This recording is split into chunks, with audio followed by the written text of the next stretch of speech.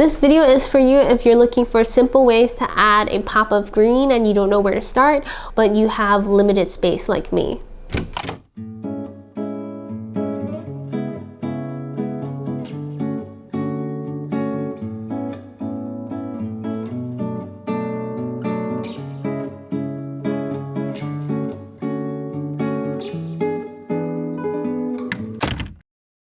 Hello, I am Fiona from Feline Jungle, and I live in New York City with my 2 cats and 130 plants.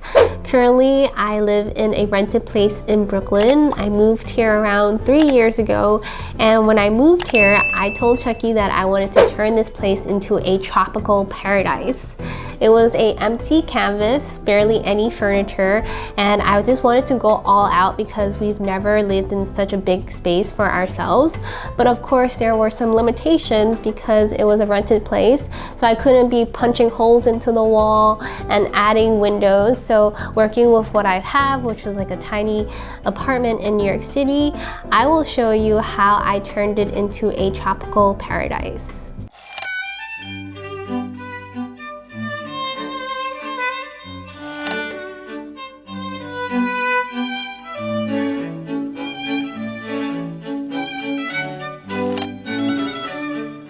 The first thing you need to know is your environment. Unlike a piece of art, a plant has specific needs to live and thrive, like the lighting condition and the temperature. So behind me, I am taking advantage of one of the corners of my dining room that has really good lighting. Knowing that this south-facing window has a lot of bright light, I chose to put a lot of my Hoyas here because Hoyas really enjoy that. And I hung them up using macrame hangers. These macrame hangers come in different size, and I just love how the Hoyas trail down. It creates a curtain effect, which is perfect for creating a sense of privacy, especially for like an open window like this that faces my backyard and my neighbors are so close. I also took advantage of the windowsill to put some plants there as well. Windowsills are usually dead spaces, and I thought it would be perfect for putting succulents that also enjoy that bright light. Continuing to maximize the limited space here, I use a lot of things to hang my plants vertically, like this hanging shelf that I got from Amazon. It comes in 2 levels, and I put more Hoyas here, but Hoyas that don't really enjoy that direct sunlight. I also put my string of hearts here that looks really beautiful, trailing down, creating that kind of same aesthetic. If you looked at my previous video, this space is ever changing. I'm in the process of renovating it, and the newest addition here is this arch ladder that I got for a really good deal. It's actually a ladder used to hang blankets and towels, but I thought it'd be a fun way to display my plants and also the different beautiful pots that I've collected over the years. I like how you just play with the different levels of the ladder, and it's very fun. This is the newest addition, but we have many ideas on how to renovate this space using wooden crates. We got inspired on Pinterest and just how they use different crates to display plants. Right now we're using different plant stands. I don't want to get into it, but it's just temporary to have like a space for the plants and elevate them so that they have enough sunlight. Stay tuned for the whole renovation process in May when we come back from our trip. That's basically it for this corner, but in the same room I also want to show you my work desk. It has very different lighting conditions, so we did something completely different. This is my desk. It is in the same room, the south-facing room that we just saw, but it's about 15 feet deeper and pulled away. So the lighting condition is a lot different. I don't really get direct sunlight, especially today where it's like a cloudy winter day.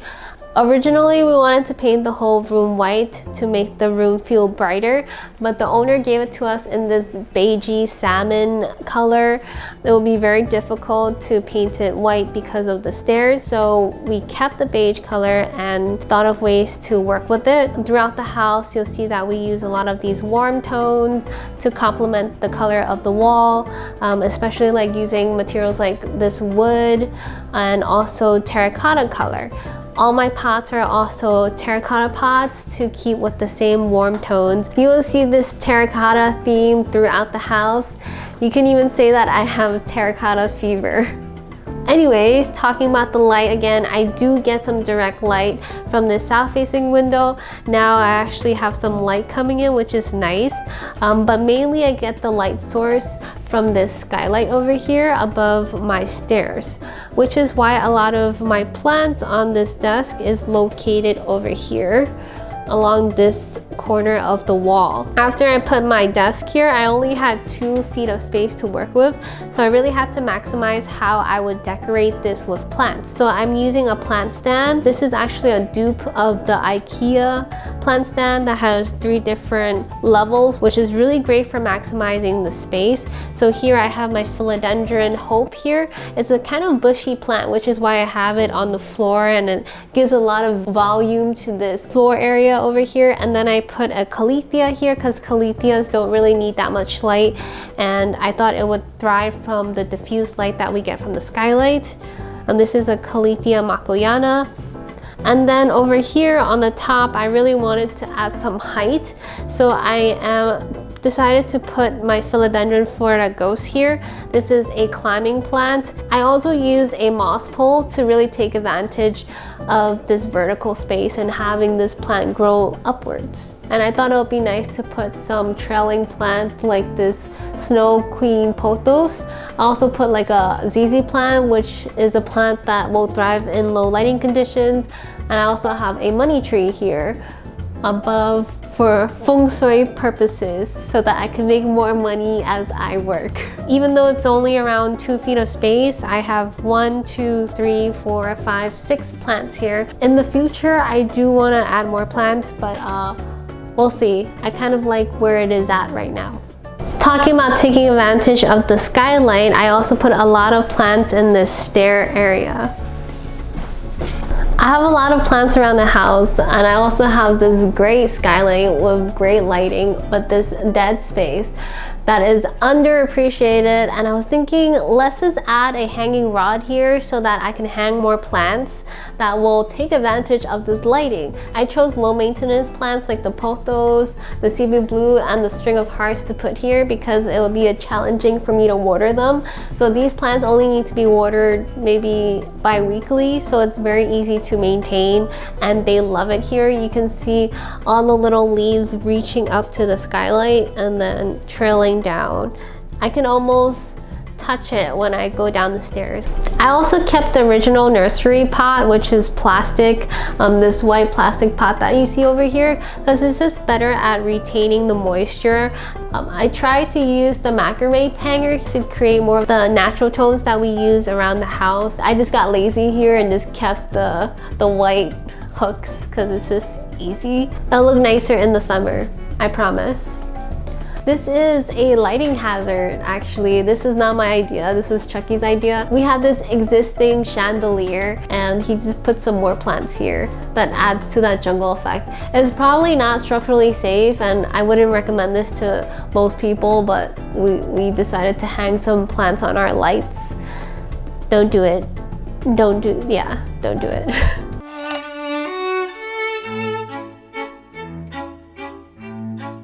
We have entered the living room. This has completely different lighting conditions than what we saw in the dining room.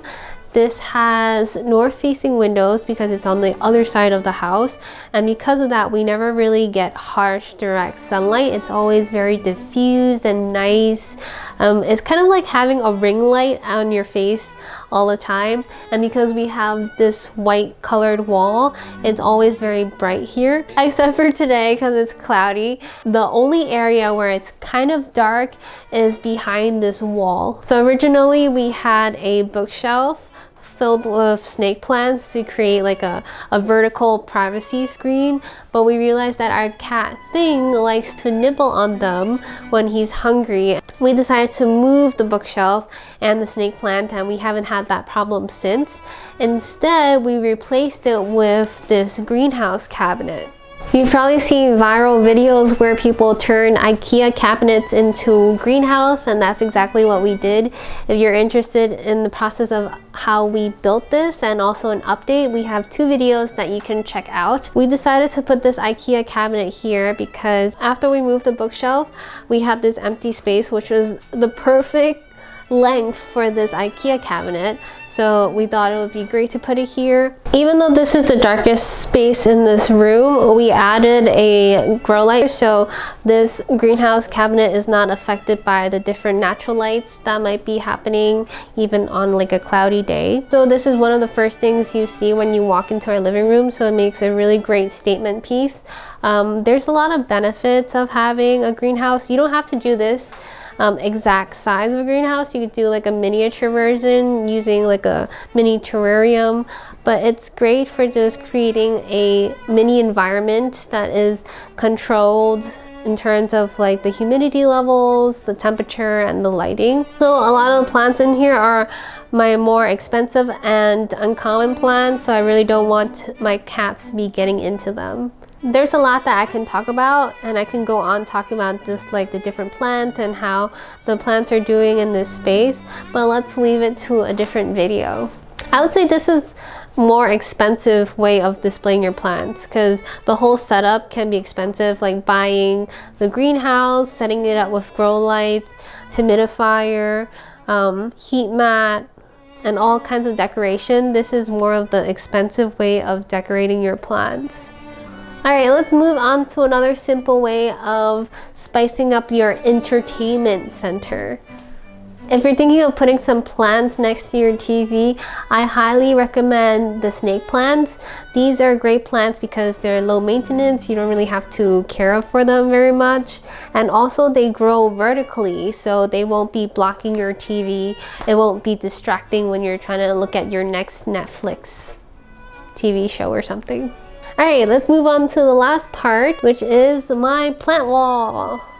When I moved here, I was like, I want a living plant wall full of plants. I was thinking of what is the easiest way to do this. Obviously, I have to think about how this is a rented space, so I can't just install a self-irrigation plant wall with like watering systems. It would just be too expensive. So just thinking about the cost and effectiveness, I decided to install a wall-mounted shelving unit instead. I'm using a wall-mounted shelving unit, so it's actually drilled into the wall and it's not sitting on the floor. That way it doesn't feel weighted down or heavy. I also like this shelving unit because it's using this bamboo material, so it has this warm tone that I carry throughout the whole house. This shelving unit gives me a lot of flexibility on how I display my plants, so if I get bored, I can just change out the layout. I do follow some general rules on how I arrange the plants on the shelf. So on the bottom, I tend to like to put more structured plants with like a lot of big leaves, or more low maintenance plants on the bottom, like these ZZ plants and also snake plants. And then on the middle of the shelf, I like to put more light and airy plants like philodendrons, which has like more leaves that are more spread out.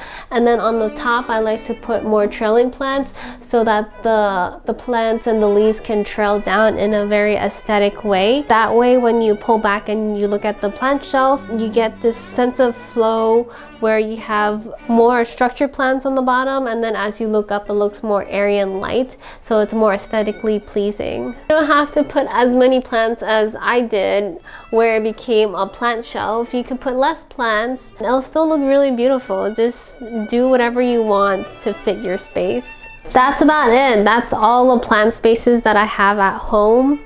I do want to play with different ways of decorating the plants, especially how we just extended the lease for another 2 years, so we can definitely do more things in the house. I'm excited to share with you how I decorate the space. I hope you got some inspiration from this video so that you can turn your room or your house into a tropical paradise. Thank you so much for watching this video, and if you liked it, don't forget to like, comment, subscribe, and share this video with all your friends. And if you're interested in joining my newsletter, just subscribe at felinejungle.com. Alright, see you next week. Bye!